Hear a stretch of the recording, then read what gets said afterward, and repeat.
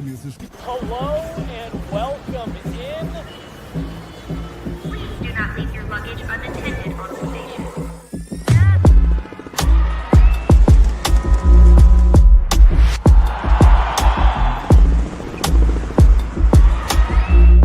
Welcome to the show.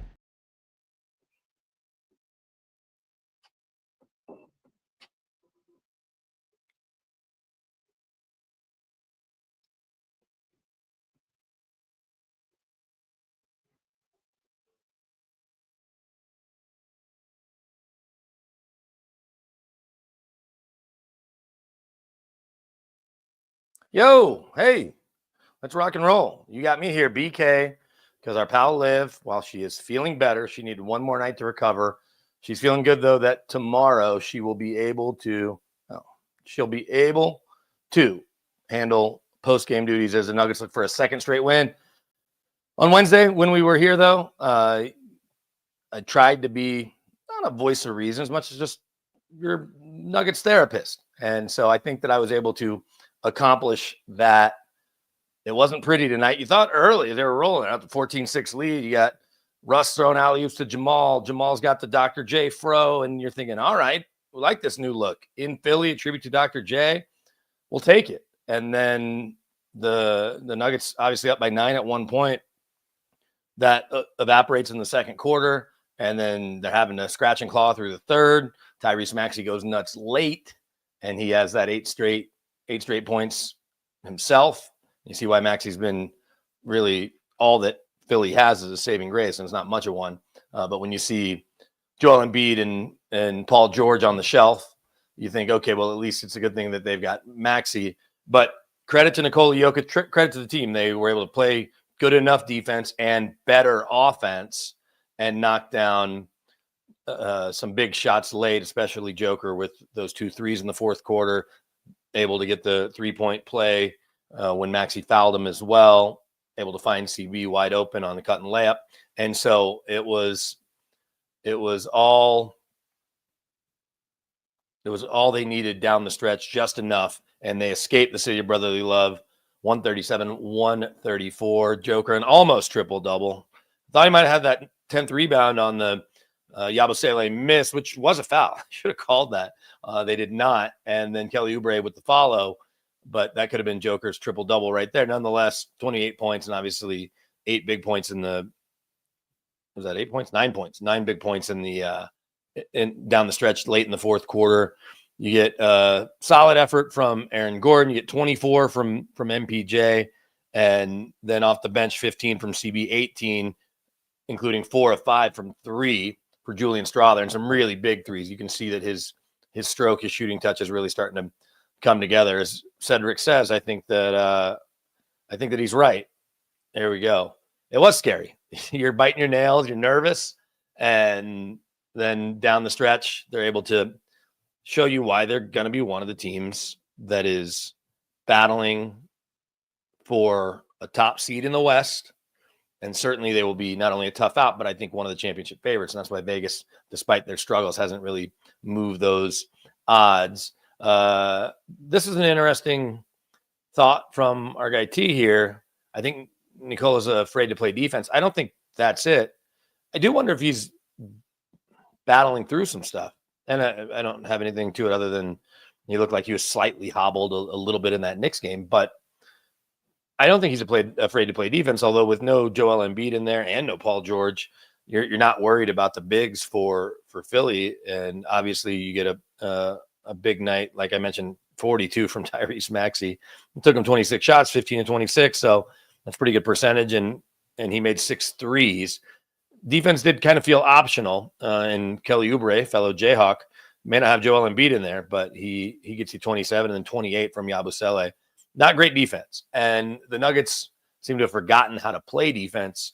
And I think that's something that Michael Malone is continuing to be bothered by, as he should.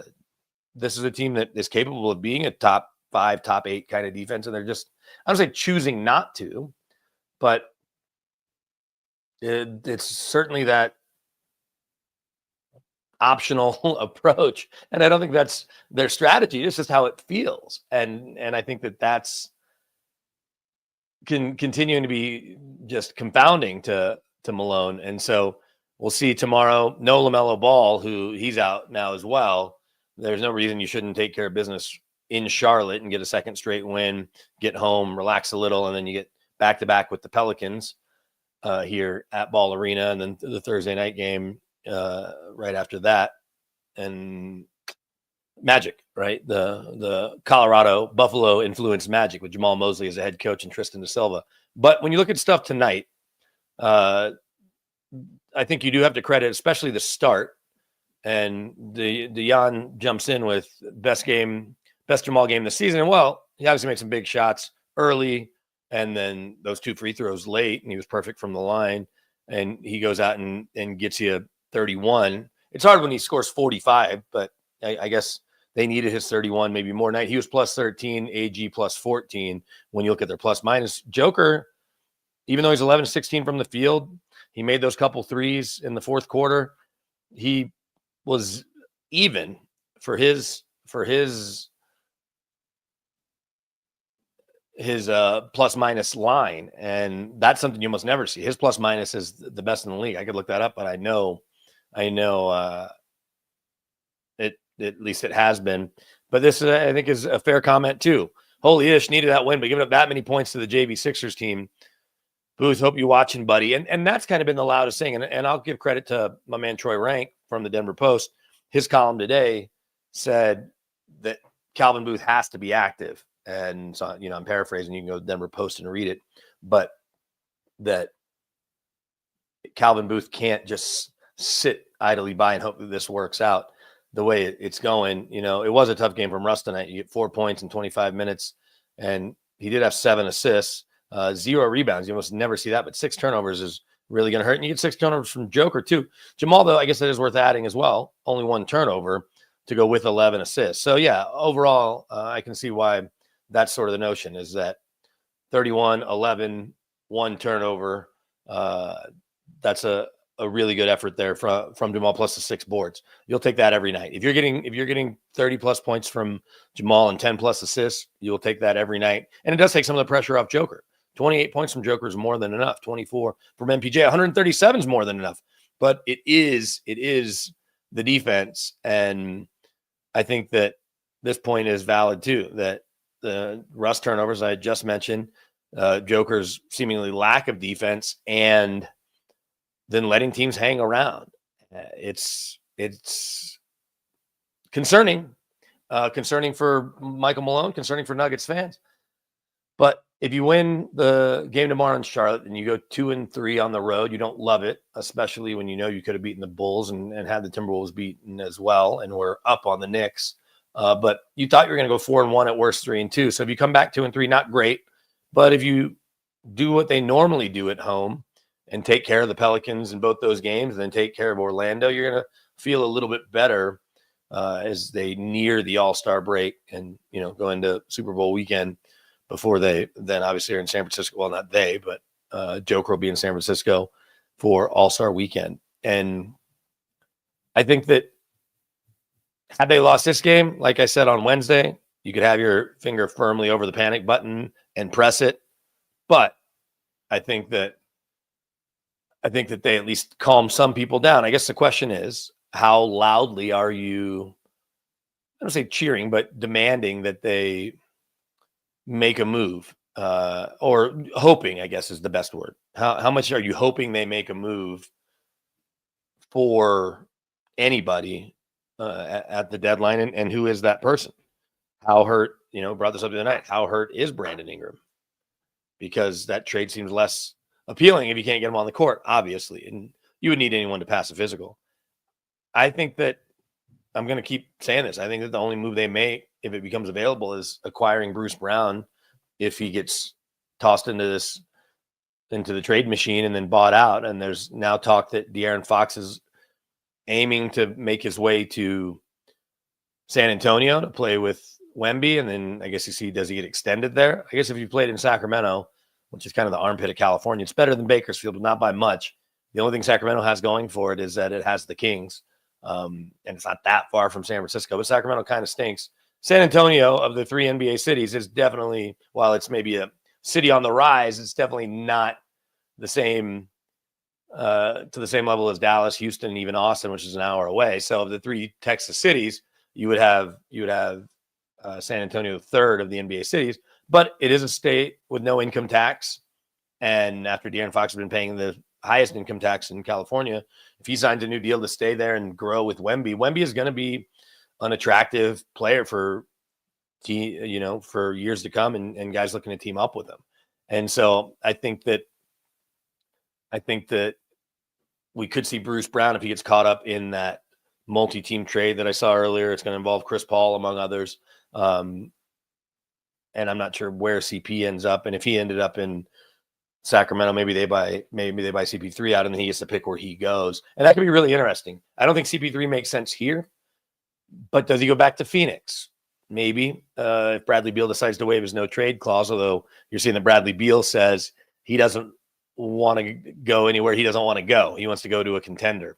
And could Chris Paul finally, even though it was shot down so long ago by David Stern, that's how long ago it was, could he finally end up with the Lakers? And that was pre-LeBron, but Chris Paul was going to end up with the Lakers, and David Stern basically voided the deal, which you almost never see, but said it wasn't good for the league.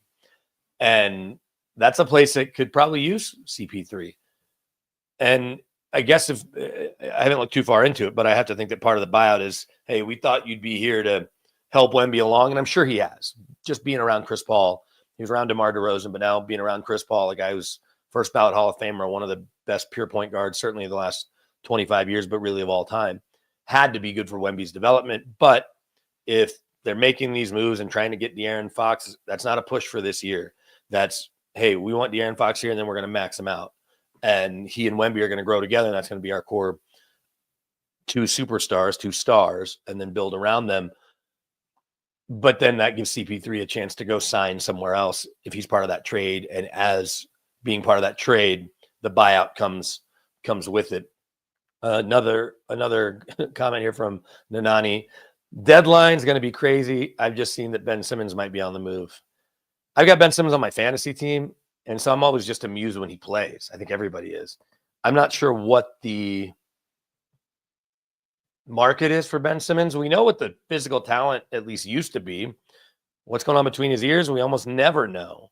When he's been healthy, he's been obviously okay this year, but he's not the number 1 overall pick. I don't know how Liv is feeling, other than I know she's on the men, but there's one comment from Cedric. He wants to hear what Liv's saying about Jamal. Well, you'll be able to get her thoughts tomorrow night, because she's assured me she will be back tomorrow night and then Monday as well. And she and I will be at the Super Bowl, so we'll be checking in from down there. But our pal Ruben's going to handle some of our post-game coverage next week, at least a little bit. But she's got to be loving what she's seeing from Jamal. It's just that this came on the heels of these 3 straight losses.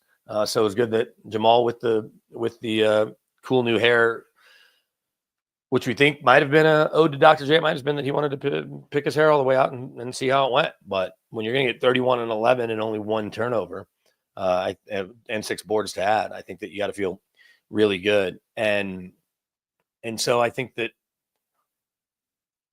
winning the game calms things down, but there's still plenty of problems, because you give 134 points to a team that's not good, especially with almost no Joel Embiid ever and not much of Paul George. Our pal Corey jumps in with this that says defense has to get a lot better. It's not the 3-point shooting or spacing; it's just the bad defense. I don't know if you're calling me stupid or somebody in the chat, but either way, it is funny though, because right after that, Corey, I'll give you Jamal didn't do anything, as y'all see in the chat, but top tier Jamal game. I think so. I think that the notion this is his best game is actually true. 45 points is great, and that's going to turn heads, and that's going to lead SportsCenter maybe when they beat the Mavs a few weeks ago in Dallas on that Tuesday night. But 31 and 11 with just 1 turnover and 6 boards, and the alley-oop from Russ, and obviously just some big shots, perfect at the line. He missed all 4 threes. I think that this is overall Jamal's best game, and I'm fine with that. So yeah, it's certainly a top tier game. If you can get let's see. Let's do quick math, which we know I'm not great at, but 28 and 19. So that's 47 games. So what is that? 35 left. If my bad math is right. So 35 games left. If you can get efforts near that, and 31 and 11, let's round it down to over 24 and over 8 assists. If you can get games of more than 24, which is still well above his average, and over eight assists, closer to 9 assists, 8.5 assists, and I realize you can't average a half. I mean, you can't have a half assist in a game, but you understand what I'm saying. If that happens in 20 of the 35 games, assuming he plays all 35, or what is the percentage of that? About 65% of the games. Is that math right? If you can get that from more than half of the games from Jamal down the stretch, and he's healthy and is getting to the rack and finishing alley-oops above the rim and active at times on defense. I know it's not a constant. I think you're going to feel a lot better. And when you can get 24 points as well as 6 boards and a block from MPJ, you'll take that too. So I think it's just one of those games where you say, okay, we got that from these guys. We didn't get much from Peyton Watson, just the 6 points. He did have a good dunk in transition, 4 boards. He did have 3 assists, which meant he's passing the ball. But you continue to see more from Julian Strawther, and I think you feel good about that as well, because you're going to need his 3-point shooting down the stretch and in the playoffs. But I guess if you're going to continue to start Russ and Jamal together, you're going to get great effort from CB off the bench no matter what, even if he's frustrated that he's not starting. But you can't have nights where they're both bad, and there's probably going to, on nights where one of them is bad, the other one's going to have to be above average to really good, because you just can't stomach a night where both of them are below average. But the argument about Jamal, that it shouldn't take this long to get him to where he is, I get that. But you want it more consistently, and you wanted it sooner. I think you wanted it sooner so that he'd be an all-star consideration. And we know Anthony Davis, there's certainly a real chance that he's not available for that game in the Bay Area in a couple of weeks. But you're probably replacing a big with the big. Not that it necessarily matters for this format. Jamal's not first on the list, because when you look at those all-star snubs, he wasn't even mentioned because he just hasn't been good consistently. In fact, you could probably make a case of Russell Westbrook. This is a fair question. Okay. So Mr. Exquisite Nugget says, will Jamal ever get credit where he deserves it? I think he does get credit when it's earned. And so when it's earned,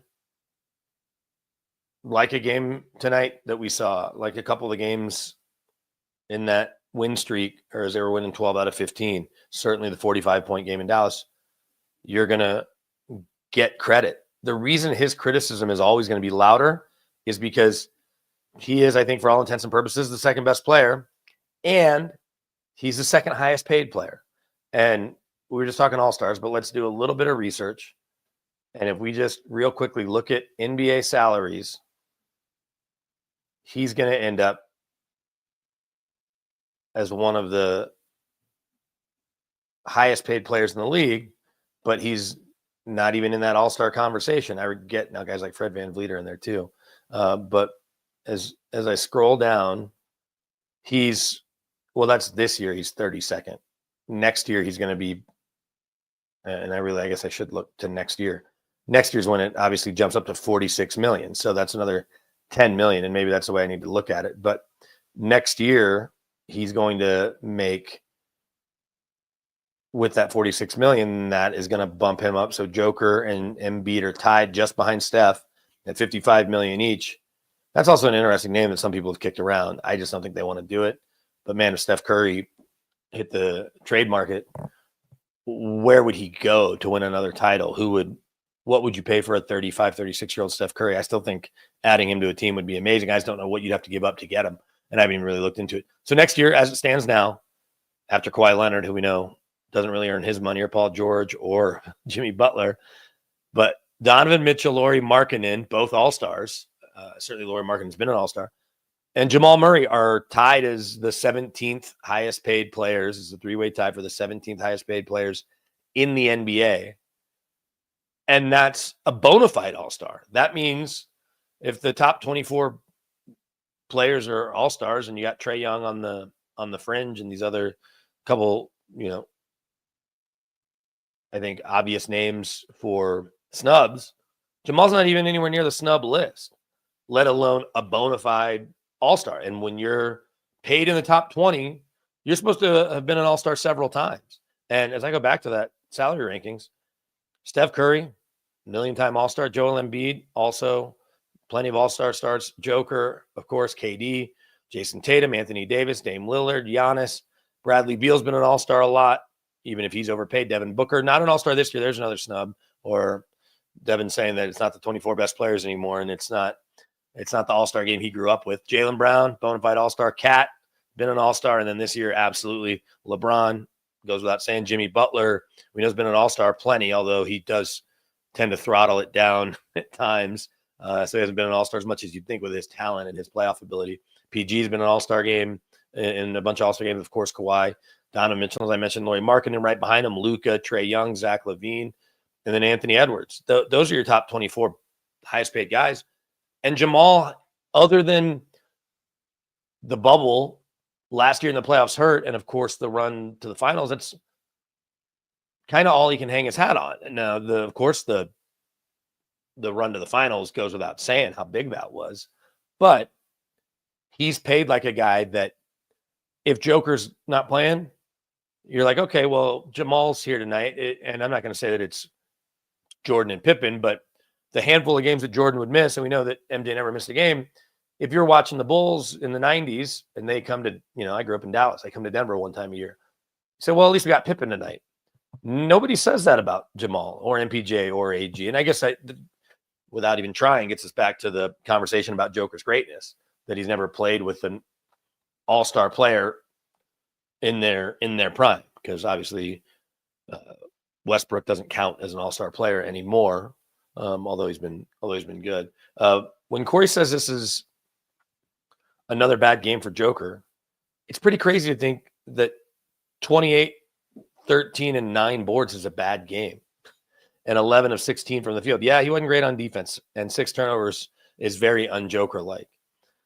But every one of those guys that I just listed, if I told you that any of them, Steph Curry, Kevin Durant, Jason Tatum, AD, Dame, Bradley Beal, if I told you they had 28, 13, and 9, and I was like, crappy game. I think that Joker has raised the bar so high that you can call it a bad game when they win. He makes huge plays down the stretch and puts up a line that almost any player, especially the best players in the league, would take on a given night.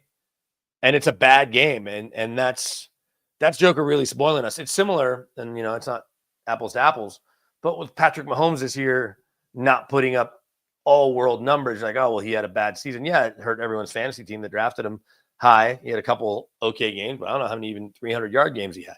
The point being, when Joker rips off triple-double after triple-double and is averaging what he's been averaging, and I guess we should see where his averages are, but he's still in the top 5 in every category and probably still in the top 3 in just about every category.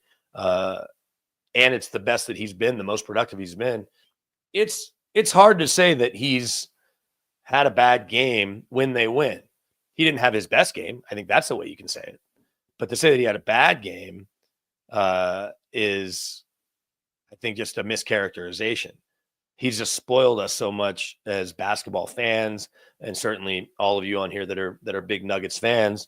And while I didn't grow up cheering for the Nuggets, I grew up cheering for the Mavs. I certainly love seeing what he's doing. He's, just a treat to watch. But he spoiled all of us, because when you can get to the point that, and again, I get 6 turnovers doesn't help, but the 28 points, 13 assists, 9 boards is a bad game. 2 or 3 from behind the line, and those 2 came in the biggest stretch of the game when you were down or you were right there.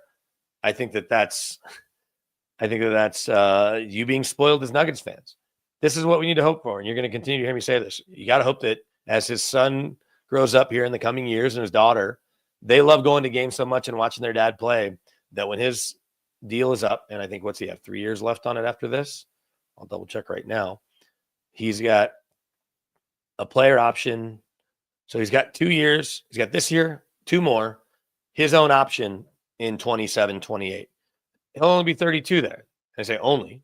He's 29 right now. So he'll only be 32. Then he's a free agent. Obviously, the Nuggets can continue to max him out and all of that.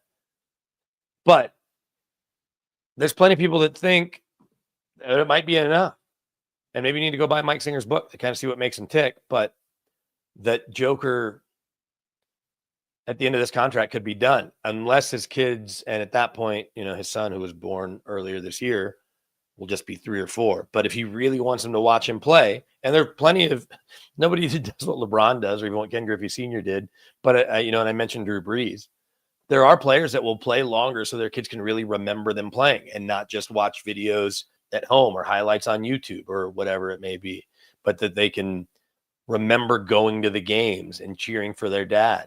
And so I think that's what Nuggets fans have to pray for. We started to learn a little more, maybe from that book and also then from the way Christian Brown talks about him.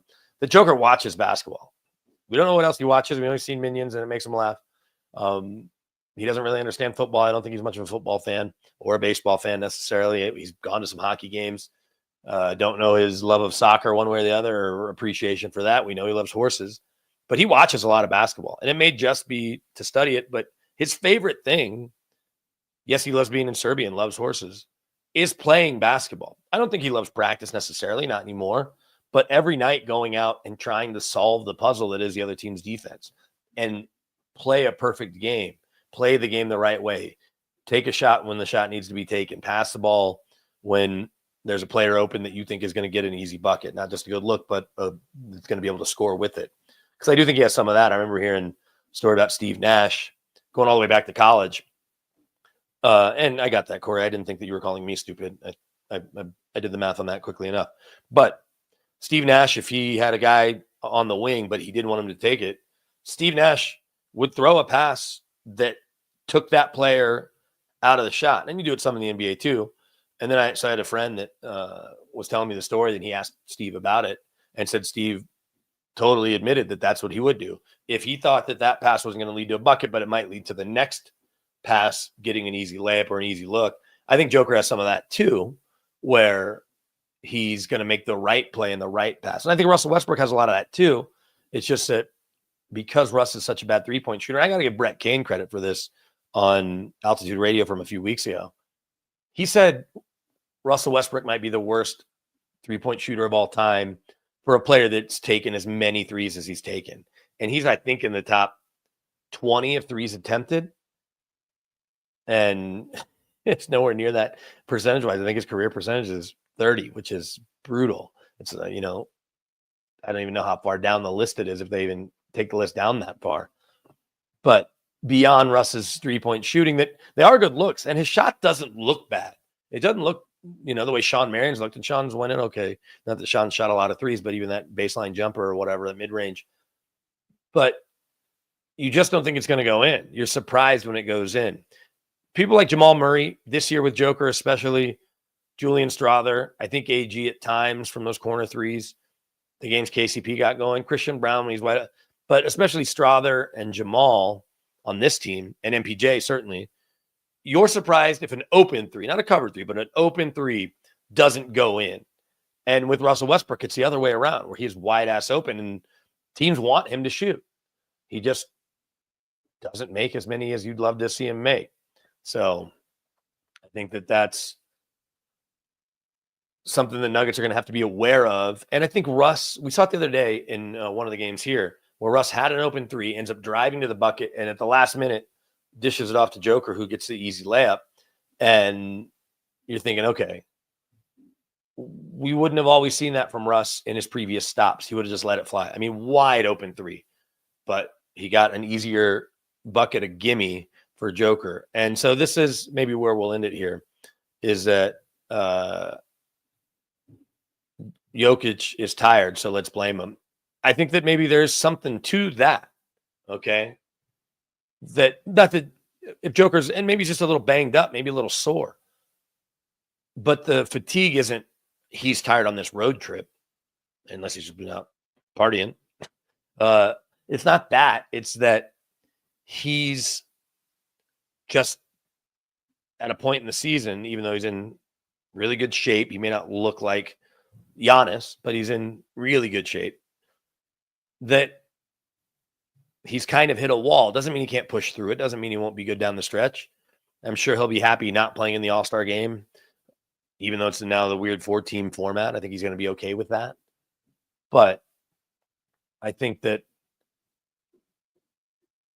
there's maybe something to that notion. And so, yeah, that's there. So that's kind of my final thing that we'll get to from, is it Miseria X? Always fun to try to guess some of these names. Not everybody's as easy as Corey Simmons, but that he's just a little worn down, and I think that that's okay.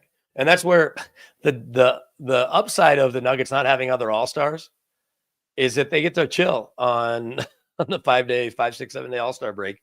And I haven't looked exactly at their schedule as far as when their last game is and when they hit the court again. But the NBA has done a better job of, after All-Star weekend, still giving those guys a couple of days off, and the first game not being until that Thursday typically. So I'm going to leave you here. I appreciate everybody rocking with me. And I do have to thank our friends at Trusted American Mortgage. Go to trustedamerican.com and see how much money they can help you save on a mortgage as we're in the new year, new administration, all that. Trusted American is going to help you get the lowest rate possible, and they'll help you with the they'll pick up the cost of your appraisal, help you with the cost there, which is about a $650 value. You can go a couple of months once you refinance without having to make a mortgage payment. So go to trustedamerican.com. They, of course, sponsor all the off-court stuff we do during the week, as well as our post-game shows. Tomorrow, Liv will be back. I don't know if I'll be joining her. I'm not sure that I am. And then you'll be with her Monday, and I'll be at media night, opening night there at the Super Bowl. We're going to have you covered. Appreciate everybody every time you're on with us, whether you're going at each other, interacting with us. It really does mean a lot as we're building this, really fun community here of Nuggets fans and Avs fans and Broncos fans and just sports fans in the Mile High City and hopefully beyond, because we're having so much fun doing it. So we really appreciate you guys for participating with us on a Friday night after a Nuggets win. So you can toast a Nuggets win. But thanks to everybody. Glad I was able to get to a bunch of your comments, and I appreciate you rolling with me. We will catch you next time, tomorrow night, post-game Nugs at Charlotte Hornets. No LaMelo Ball, but Liv will have you covered there. And then I will catch you down the road as well. So keep all of your social channels locked in everything that we're doing here at Guerrilla Sports. We really appreciate it, and have a great Friday night.